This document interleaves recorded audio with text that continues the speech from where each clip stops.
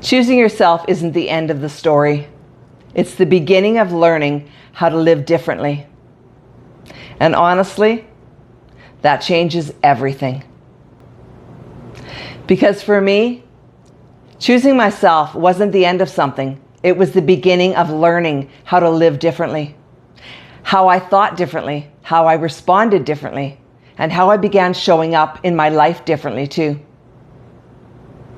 How to show up in my life as someone who now knew her worth. And it wasn't always big things. It was the small moments. The way I no longer ignored what I felt. Or the way I spoke my truth. The way I stopped settling. The way I paid attention. And the way I started leading my life on purpose.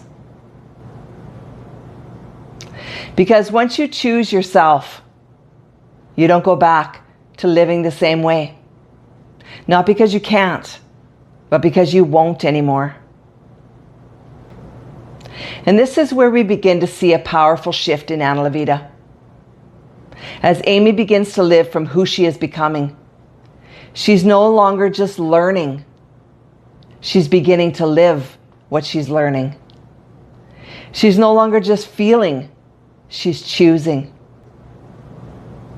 And those choices begin to change what she allows, what she accepts, and how she shows up in her own life.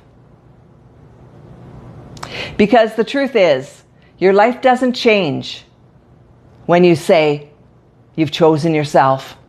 It changes in how you live after,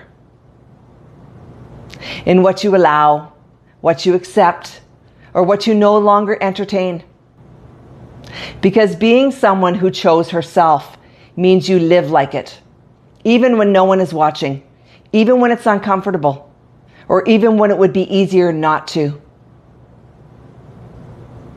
Have you noticed how your own life begins to shift when you start showing up differently? And if this resonates with you, I'd love to hear your thoughts in the comments. Sometimes choosing yourself is just the beginning. The real transformation is how you live after that choice. And over time, that becomes your new way of being, naturally.